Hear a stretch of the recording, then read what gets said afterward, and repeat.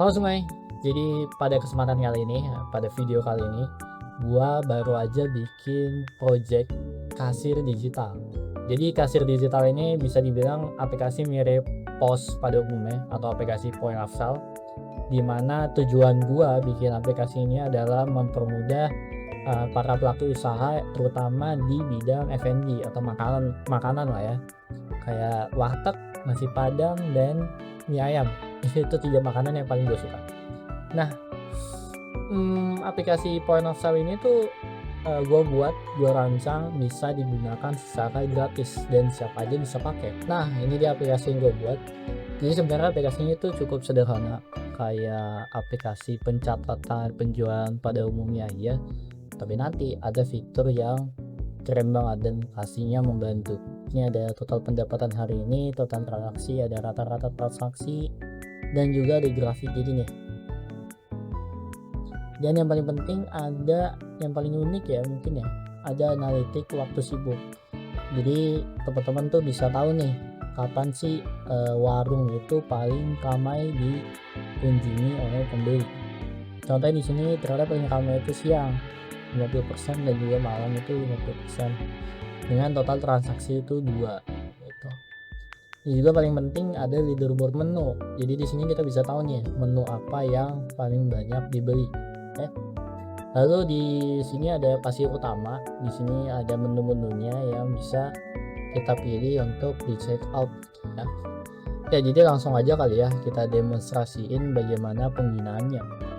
Oke, di sini kita bisa contohin misalnya ada yang beli kopi susu dan juga nasi goreng misalnya. Kita langsung check out aja. Dan di sini yang paling menariknya ada fitur QRIS. Di sini bakalan gue tunjukin bagaimana penggunaannya dan bakalan gue buktiin dulu ya bahwa QRIS ini tuh beneran bisa dipakai. Di sini bakalan gue buka QRIS-nya dan gue scan aja nih. Set. Totalnya itu 22.700. Biasanya kalau QRIS itu kan kita harus masukin nominal kan, kalau ini enggak nih, udah otomatis. Kita lihat ya, agak ngambil ya, 22.000. Jadi tinggal langsung bayar aja. Nah, itu dia fungsi QRIS-nya ya. Jadi QRIS itu beneran bisa dipakai. Nah, ini ketika pelanggan udah bayar ya, itu langsung dicek dan pastiin kalau transaksinya itu valid.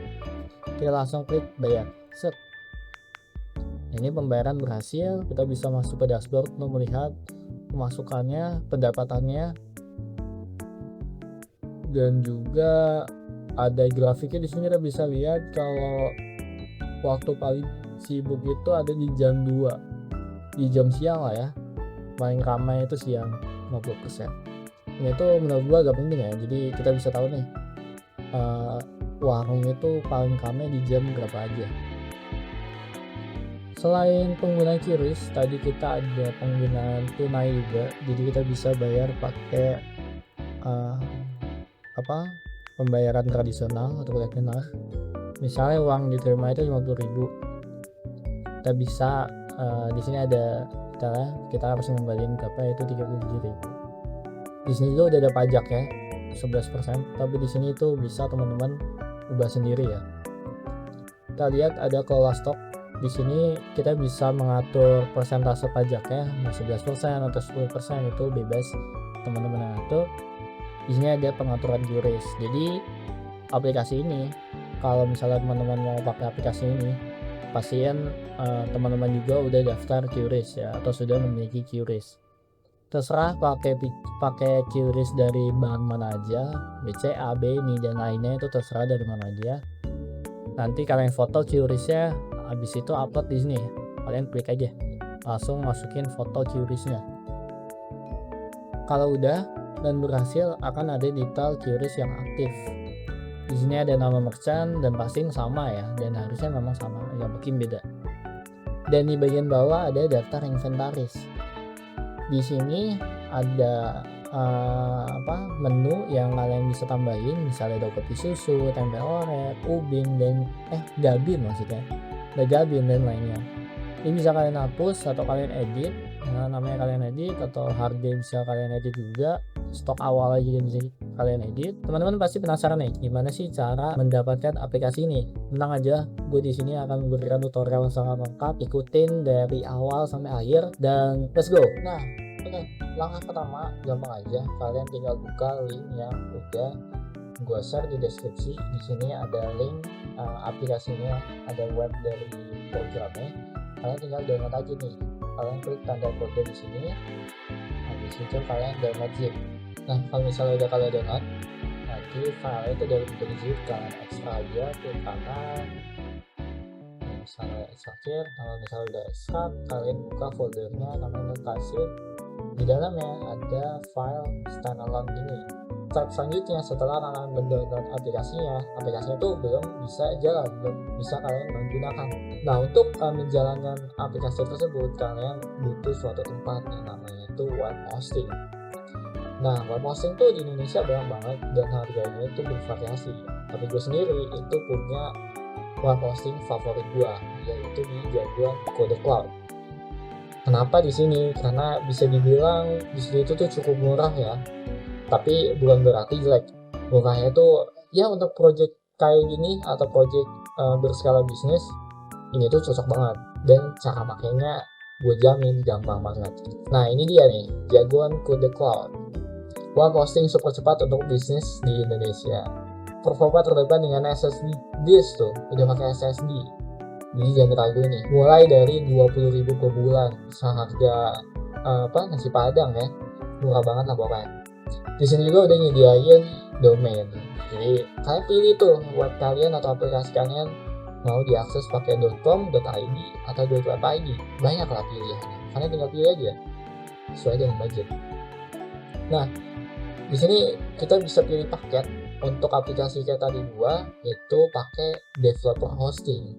Kenapa pakai ini? Karena sesuai kebutuhan ya. Sebenarnya kalau aplikasi tadi itu dijalankan menggunakan Node.js dan juga Next.js. Jadi pakai developer hosting udah paling aman. Di sini juga ada beberapa paket ya, ada 4 paket. Ada web hosting. Kalau web hosting itu cocoknya untuk website personal, misalnya portofolio, landing page perusahaan kalian.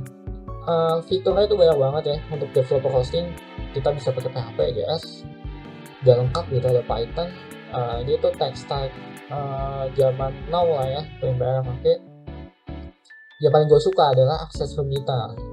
Akses terminal atau SSH itu adalah suatu bare minimum lah ya dari suatu web hosting. Kita lanjut aja nih, gimana sih cara daftarnya, oke? Nah, kita langsung aja nih beli developer hostingnya nih teman-teman. Langsung aja lihat pakai developer. Kita pilih yang JKC Dev 1. Kita pesan sekarang. Oke, kalau udah di sini kita diminta untuk memasukkan domain yang mau kita pakai nih.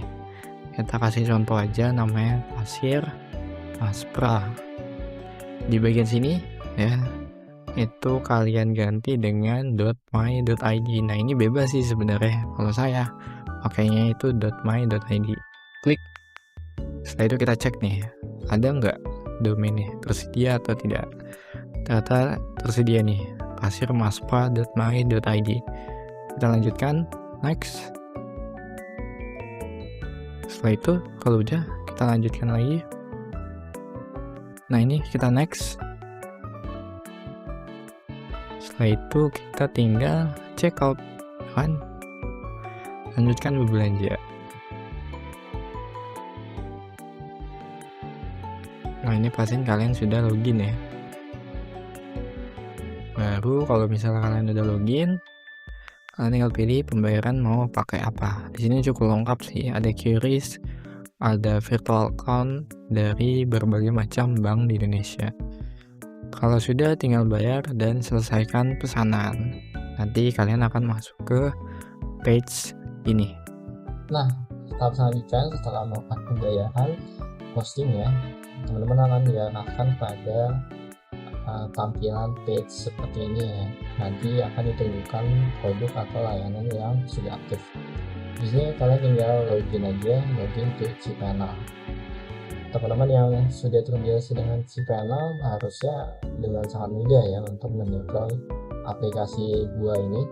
Nah, buat teman-teman yang belum pernah menggunakan cPanel ini, tenang aja, gue bakal ngasih step by stepnya ya.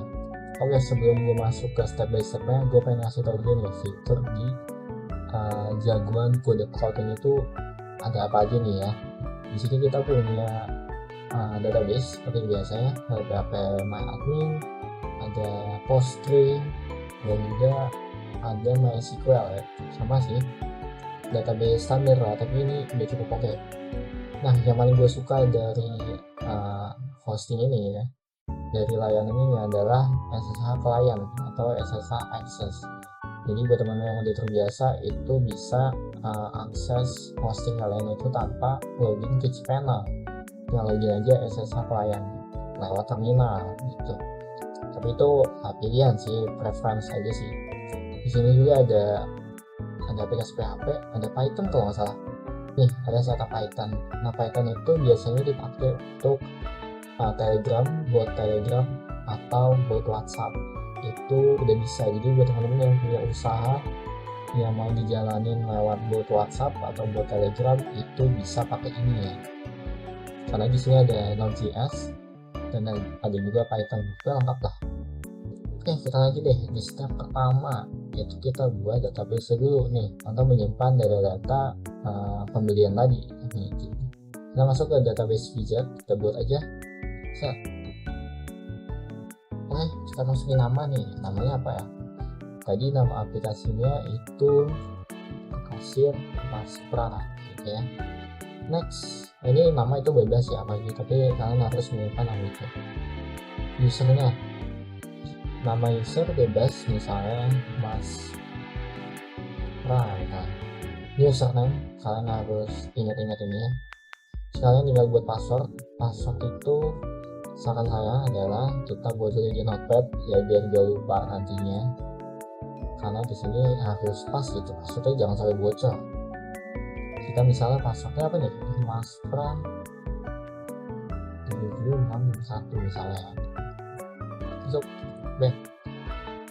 Nih, skornya harus lebih dari 64 ya, harus inilah skornya harus di atas 60. Jadi passwordnya apa? Maspra 7761, ini contoh aja ya. Kita create. Set. Sudah selesai. Belum nih? Belum. Nah, thanks. Ini kita alt privilege, kita aktifin aja biar semuanya bisa dipakai. Kita next. Setelah itu udah deh, saya database-nya udah dibuat. Kita bisa nambahin database lagi atau nambahin user lain dan lainnya ya. Kita return ke home, kita bisa akses database-nya lewat manage my database. Saya mau ganti nama atau ngecek database-nya itu aktif atau enggak. Di sini dulu gue udah buat ya, kasir Maspra sama kasir kita aja. Ini size-nya 128 KB, itu artinya udah ada isinya ya. Di sini masih nol, tapi belum ada isinya. Oke, udah sih itu doang ya. Kita step pertama aman ya, lancar ya, karena cukup gampang sih sebenarnya. Jujur aja kalau kalian pakai layanan ini, pakai cPanel ini, semuanya gampang lah ya. Selanjutnya kita masuk ke file manager. Ini kita buat folder baru nih untuk nampung project kita. Kita ini add new folder, misalnya nama foldernya aplikasi kasir misalnya. Create new folder, set. Ini udah ada foldernya, kita buka 2 kali. Set, ini masih kosong ya. Upload file, kita pilih file, terus kita masuk ke file yang tadi udah kita download. Kan tadi kita udah download yang ngekasir master nih, habis itu kita ekstrak, dapat foldernya yang ngekasir ini, kita klik set. Nah, di dalamnya itu ada folder zip standalone ya, bukan yang ini tapi yang ini. Oke, open, dan kita tunggu dia sampai 100%. Kalau udah hijau gini 100%, ini kita close saja karena udah selesai. Setelah itu kok nggak ada nih, kita refresh dulu, kita lihat ini udah ada. Kita klik kanan bagian ini, kita klik, habis kita ekstrak ini. Nah, ini udah nih close standalone. Nah, kalau udah ada folder-folder kayak gini, biarin ya, simpan di sini aja. Sebelum itu kalian harus buat satu file. Kalian buka notepad baru aja, buka notepad buka notepad. Nah, kalian ketik ini di notepad ya, database URL, db host, sama db port. Nah, ini nanti kalian ganti nih sesuai dengan username yang tadi kalian buat di database. Yang kita itu kita ganti dengan yang ada di sini, privilege user. Kalian copy aja ya. Ini saya itu pasti di sini. Oke. Untuk localhost kita ganti jadi 127.0.0.1 ini ya. Nah, untuk password, password apa nih guys? Jangan lupa juga dengan passwordnya nih. Tadi kan kita database bikin password yaitu maska 75651, dan kita copy, kita paste di ini. Jadi ini user ya kan, nama user tadi privilege user, setelah itu titik 2 dengan selalu diikuti dengan password yang tadi kita bikin, password database ya. Kalau udah sesuai kayak ini kita ganti jadi 127.0.0.1. ini biarin ya, ini kita ganti lagi sesuai dengan username kita ya, itu fastjek1 masker. Berikutnya nih db user diganti db user, kita ganti yang ini samain ya, database nama database kita sesuai juga dan jadi deh. Pokoknya sesuai dengan data yang kalian tadi bikin ya, sesuai yang kalian punya. Jangan ikutin yang ini ya, jangan dibikin sama, kalian harus bikin seunik mungkin lah ya, biar gak bocor datanya. Kalau udah kayak gini, kalian save Ctrl S, kalian bisa save di mana aja. Kita coba save ini, stop lah ya, nggak apa-apa kok. Teks kalian ganti jadi titik .env. Klik file aja, kita save. Nah, kalau udah di save, kita masuk ke file manager, masuk ke folder standalone, kita upload lagi, select file, upload file yang tadi kita buat, desktop, pilih yang .env. Nah, kalau udah ada tulisan kayak gini, kita langsung yes aja, nggak lanjut, kita refresh, senang aja, dia memang file tersembunyi ya, jadi nggak data, tapi tenang aja file udah kesimpan. Nah, setelah diupload di sini, kita balik ke cPanel ini ya. Kita balik ke sini.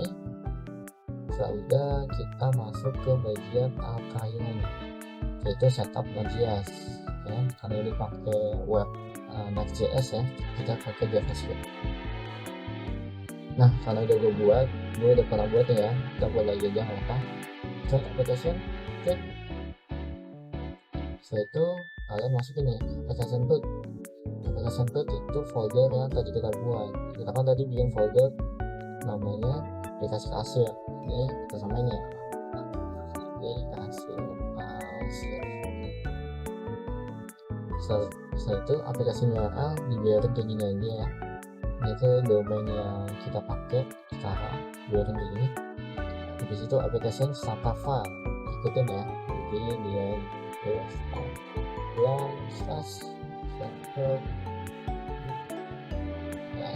gitu teman-teman. Nah, kalau udah kayak gini, pilih Node.js version, kita ganti jadi yang recommended atau yang paling baru ya, buat. Ini yang paling baru itu kalau masalah versi 2.25, tapi di sini cuma ada 22, tapi nggak masalah, 24 juga kalau ini versinya. Nah, untuk yang aplikasi startup di sini kita ya standalone/server.js. Kalau udah kayak gini, pastiin semuanya sama seperti ini dan kalian tinggal clear. Kalau udah ada tanda ini artinya aplikasinya sudah berjalan. Kita tinggal nyoba nih apakah beneran bisa atau enggak. Klik namanya apa, terus gabung kode ID, kita coba ya, kita tes moment of truth. Mantap bisa. Nah, teman-teman udah berhasil nih upload aplikasinya di web hosting. Selanjutnya teman-teman bisa langsung aja uji semua fitur yang ada dan pastikan tidak ada yang error. Kalau ada yang error atau ada yang salah atau misalnya aplikasinya ternyata nggak jalan, langsung aja komen di video ini ya. Insya Allah gue bisa bantu ya. Oke, mungkin videonya sampai di sini dulu. Terima kasih yang udah nonton videonya sampai akhir. Jangan lupa subscribe, like, dan share. Dan jangan lupa pakai jagoan kode cloud.